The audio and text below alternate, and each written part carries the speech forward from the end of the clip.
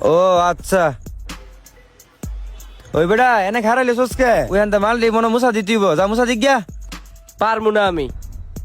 হ্যাঁ পারবি না মানি, যা মুসা দিক গিয়া। অত রাগ আর কিছু নাই, পারমু না মানে পারমু না, ওকে?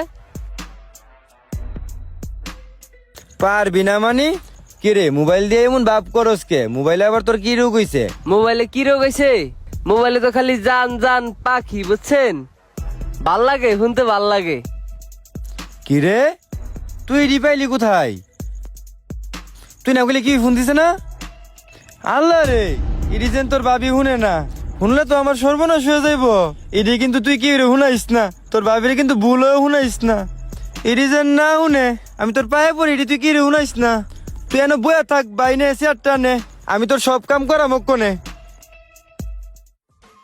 এই তো উস্তাদ, কে বলছেন আইছেন লাইনে?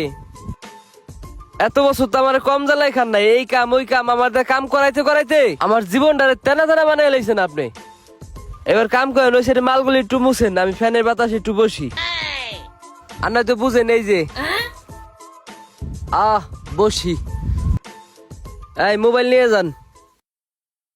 ভাই তুই আমার এই ক্ষতিটা করিস না ভাই, তুই এই ক্ষতিটা যদি পামানে পামানে যা, ওই সাইডে যে মালগুলি বাস করো।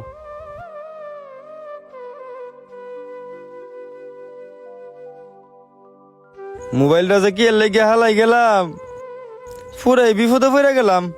ওহন রাজার পাট ধরে চেয়ারে গিয়া বয়া লইছে, আর আমার কাম করুন লাগতেছে। না পারি কিছু কইতে, না পারি সইতে, পুরাই মাইনকার চিপাই পড়ে গেছি। এই তোমাদের দোকানে ভালো বডি স্প্রে আছে? হ ভাইয়া, ভালো বডি স্প্রে আছে, হারাম দিতাছি। ও ইয়া বাইরে একটা ভালো বডি স্প্রে দে তো।